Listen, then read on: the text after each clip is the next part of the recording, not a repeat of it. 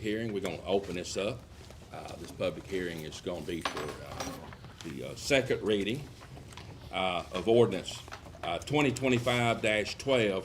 It's an ordinance of the City of Humboldt, Tennessee, establishing a fee schedule for customers of solid waste collecting system that establish a rate for residential customers at $30 and commercial customers at $40.50. So this is open to the public. Anybody have any discussion or any questions? Please feel free. Yes, sir. Steve Corey. And, Yes, Steve. Regarding this topic, I just encourage the board to please be responsible and approve this. And let's get the city back whole financially regarding this trash service. I mean, I don't think $30 a month is out of line right now. We're charging, I think, what, $28.50 from the vendor. Correct me if I'm wrong, but please, board, let's take a responsible vote on this and vote yes on this amendment. And let's move forward on this. Thank you. Yes, sir. Thank you very much. Anybody else got any comment at all? We got time. Y'all just stand up and let her rip. And thank you, sir. Appreciate this. So one more time, anybody got any comment on the public hearing? If not, we're officially closing this public hearing. Okay. Thank you, sir. Now back to talking.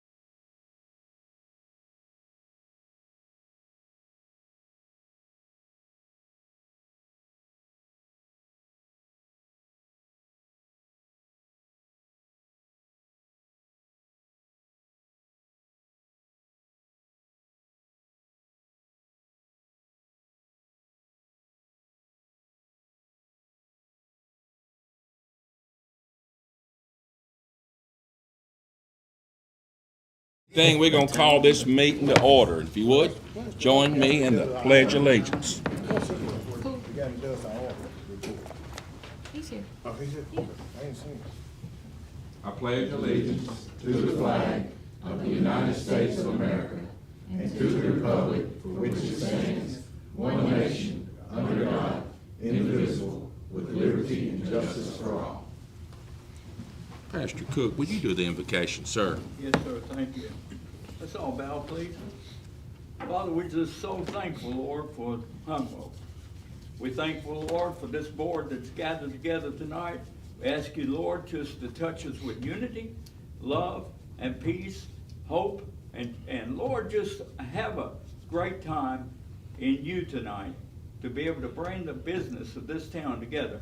And Father, we never fail give you praise, honor, and glory for all that you do. In Jesus' name, amen. Amen. Alderman McNeil, if you'd call the roll, sir. All right. Alderman Muncie Johnson. Present. Alderman Lady Judy Jones Coleman. Present. Alderman Shane Lynch. Here. Alderman Leon McNeil. Here. Alderman Lady Tammy Ford. Here. Everybody here.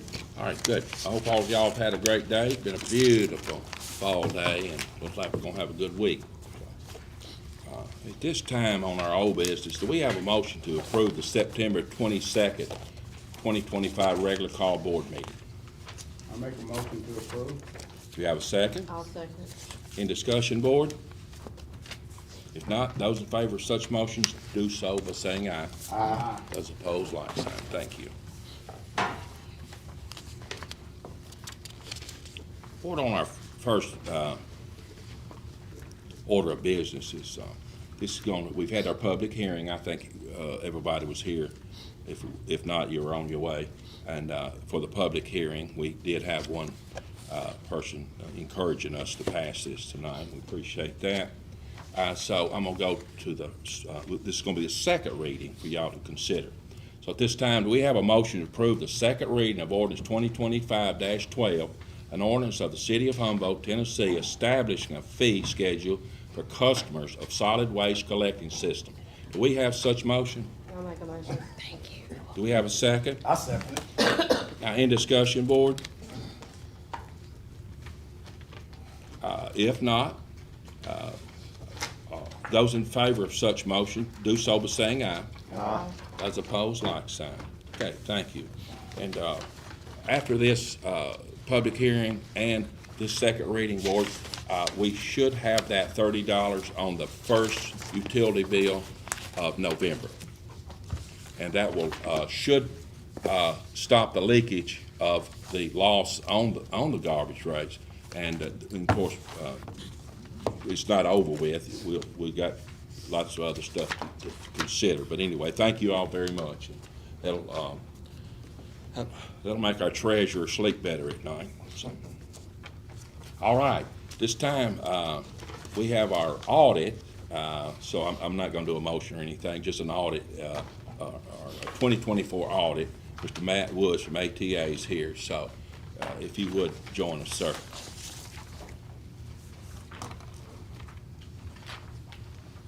You knew when they. How are you? Yeah, you knew when they ain't saw you before. Same way. You've seen me Every before. time. Have I? Yeah, I may be bigger and more great. My name's Matt Wood. I'm a partner at ATA, performed your audit for a few years now. I'm just gonna go over some highlights and then I'm happy to answer any questions that y'all would have. First, it is an unmodified opinion, which just means it's a clean audit opinion. We believe the financials are free of any material misstatement or any evidence of fraud. This is for June 30, 2024.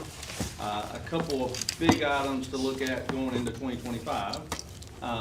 This will be the last audit, I believe, that Humboldt Utilities will be shown like they are currently shown.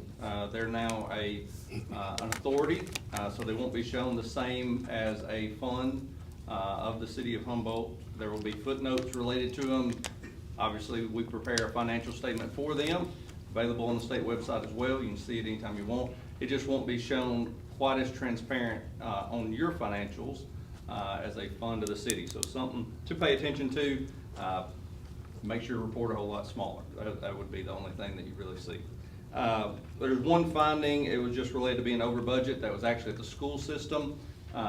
This year, those findings from the school and the utility flow over into the city as it currently stands. All of the over budget was related to the school system. We did have to perform a single audit, which just means that you had more than $750,000 in federal grant expenditures this year. So we have to test the selection. I'll show you that schedule and how much you had in just a moment. But we have to test a selection of the federal grants. All of that came back clean as well. The grants tested related to that were the school system as well. Obviously, they have a lot of grant money every single year for cafeteria, for food, other things like that.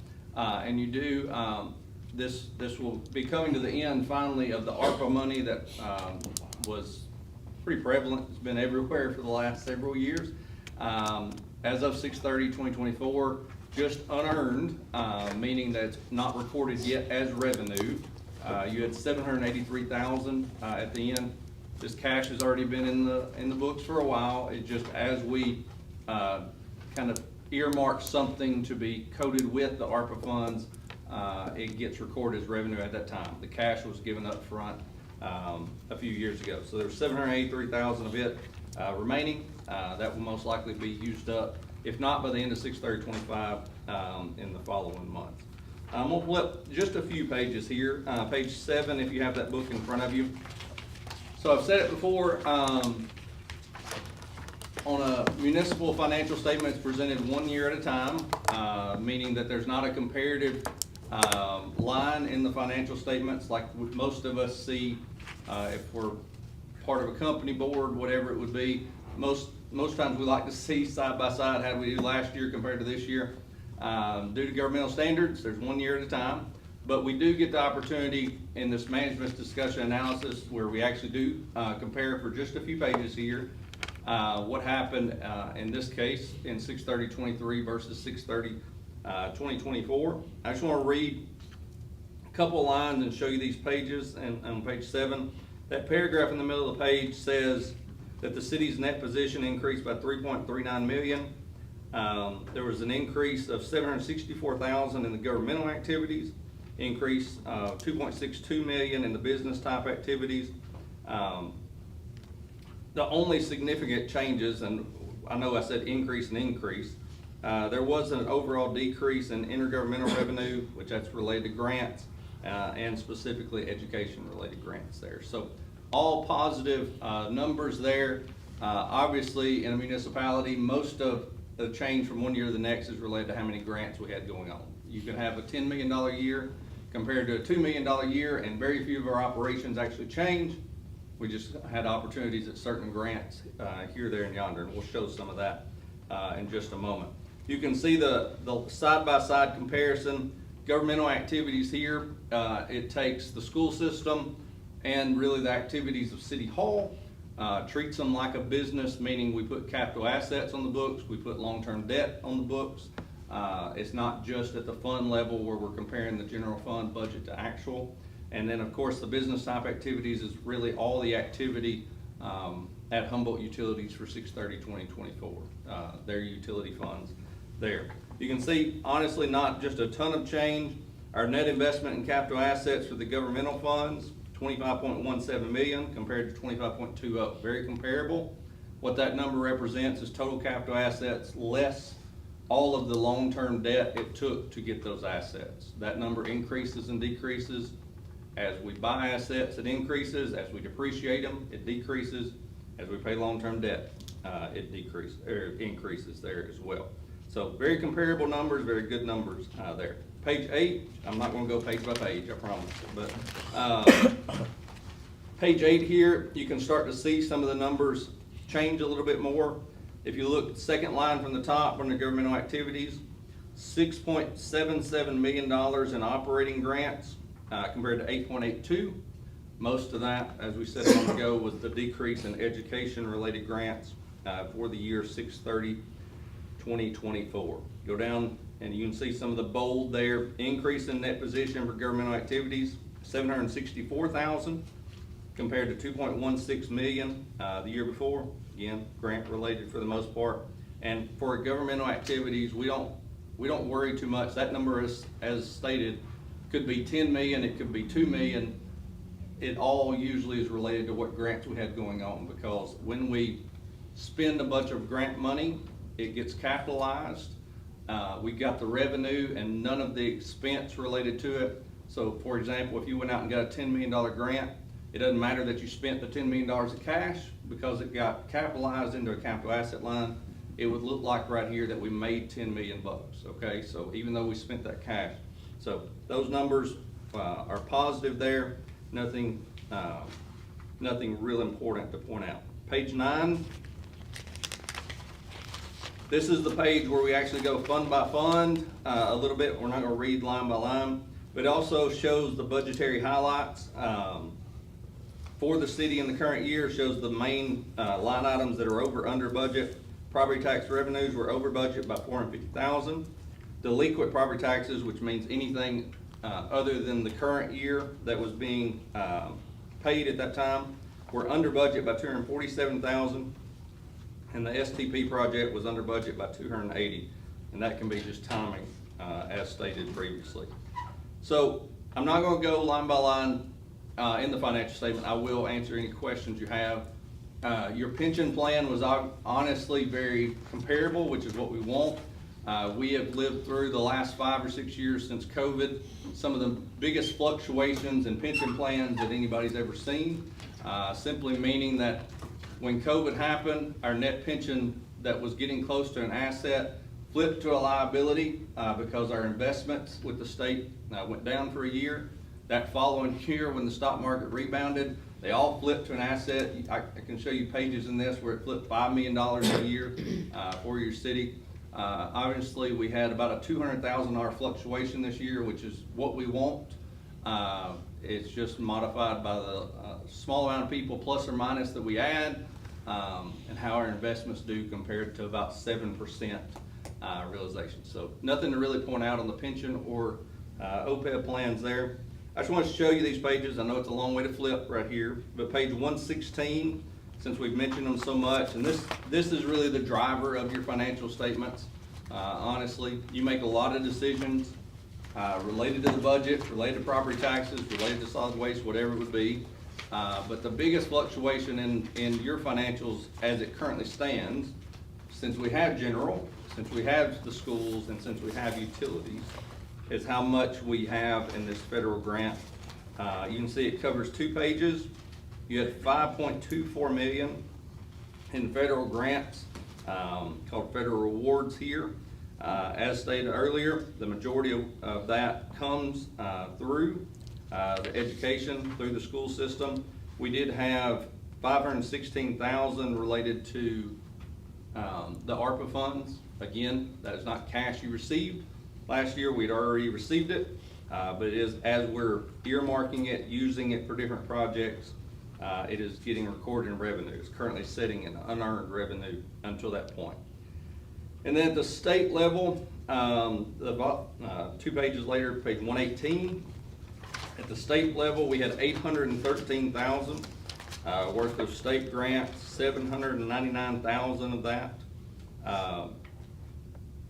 $799,000 of that was related to school related information. So the only internal control finding, as we talked about a moment ago, was an over budget issue at the school system. You can find that on page 125. It's by department there. They are not honestly very significant, but how their code is written is if a department is over budget, it's considered over budget. You can see 72,000 cafeteria fund, 13,000 business, debt service 10,000, health services by 6,000. So again, honestly not very significant, but how theirs is written, it has to be reported that way. Happy to answer any questions that y'all would have tonight. I know it's a lot of words. Matt, on that ARPA money, Yep. of course, you know, I think we had about 700,000 somewhere in there left.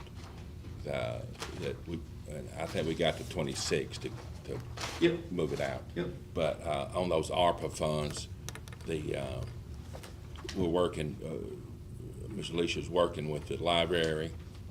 We're working with TLM on that project, on the west side drainage project.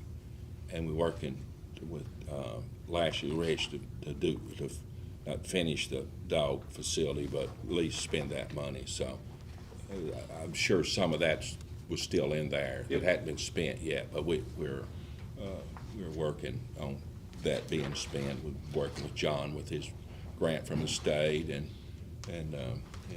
paying the bills TLM, so that money's may show a little bit there, but we haven't spent it yet. So you see that it's gonna pay the bill when it gets here. I know you mentioned the delinquent on some of the property taxes and then up, and, does reflect on the property taxes that they paid for last year, right? So by your financials, the line item that's called property taxes current year would be the ones that came due the past October. So October 1, whenever they hit, most people pay in December. That following June, when we do an audit, those are the only ones that are called current. Any property tax year paid before that is considered a delinquent year. Yep. It didn't look too good. I mean, a lot of people's, well, Miss Porter witnessed she owned a lot of rental properties. It's hard in paying that type of taxes. Then somebody renting, then ain't buying out the house or buying property. And they get in that delinquent stage out there. It's a big difference, because they ain't got no taxes to pay. Most fall back on the owner of that property. The city. Versus you rent, you don't, to me, you ain't gotta pay no property tax no way, cause you don't know nothing about that, them overhead bills right here. There- Versus, like Miss Porter got a bunch of houses, she got them rented out, that put her in a different tax bracket, right? That was an under budget number. Under The budget. city only received 65,000, so honestly, that's a pretty low number. I know you didn't mind it. I know she didn't mind. That's what you said again. 65,000 is all that the city received related to delinquent property taxes. It was just one of the more significant under budget numbers, so in some manner of speaking, 2024 was a much better year because we thought we were gonna receive 313,000, we only received 65, so people are getting more current. So, the average base price, if everybody was up to par on their taxes, we'd be somewhere, looking good, somewhere about 11 million. I can tell you what unearned is, but You say 11 million? Yeah, I'm talking about paying tax. It's less than that. It's less than 11, Mark? 1.1 would be all outstanding property taxes that are due at the end of the year, at the end of a year.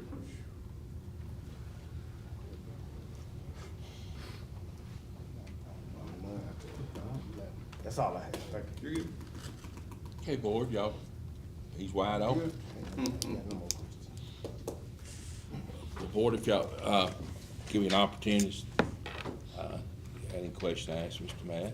If you don't, we thank you, sir. Thank y'all. We appreciate it. Appreciate it. Thank you, Mr. Woods. All right. I won't get you mixed up the next time. No, you're good. I'll be more gray next year. All right. And you want but a 10 million off, but I saw You these. know, Uh, I know that taxes make a difference. This time, we have a motion to approve the August 2025 accounts payable report. Make a motion to approve. I'll second. Got a second? Any discussion, board? If not, those in favor of such motion do so by saying aye. Aye. Those opposed, like sign. Thank you. Next up, do we have a motion to approve the August 2025 treasury report? So moved. Second. Got a second? Any discussion, board? If not, those in favor of such motion do so by saying aye. Aye. Those opposed, like sign. This time, we have a motion to approve the September 2025 police report. I make a motion to approve. Have a second? I'll second it. Any discussion, board? She do different zones, been a little busy. I know the numbers dropped, but it's still. It's still a little bit in the B zone, yes, sir, and that's usually because of, Central Avenue, unlocks at Tyson, the stores up there we go to, so that shows actual zones as well that we're doing stuff, we're calling there for car locks, anything. So majority of our businesses are on Central Avenue. Chief, and I did talk to Tyson not that long ago, and they were full staff workers, Yes, which sir. was about 1,500, and that's 200, couple hundred more cars a day there. Plus, FedEx is rocking. I mean, Yes, sir. you watch them leave in the morning and come back. They're really going. So, did notice that as well. Any more discussion, board? Thank you, Chief. If not, those in favor of such motion do so by saying aye. Aye. Those opposed, like sign. This time, do we have a motion to approve the fire department resignation, firefighter Mr. Miles Cunningham? Do we have So such? moved. I'll second. A second, any discussion, board? How long was it with us, Chief? A little over a year. About a year. Over a year. Okay. Thank you. All right, if there's no more discussion, board. Those in favor of such motion do so by saying aye. Aye. Those opposed, like sign. Thank you. At this time, we have a motion to approve the September 2025 fire report. Make a motion to approve. Got a second? I'll second Any discussion, board? it. No, they've been pretty busy. They have. We're trying to keep them trucks rolling. They're doing pretty good. All right, board, at this time, see, that ought to just about do it. Y'all may be, hey, I just might get to eat with my grandson's birthday. This time, citizen comment, we have anything? All right, no comments? All right, this So time, move to adjourn. we got a motion to adjourn. Motion and a second, we adjourn.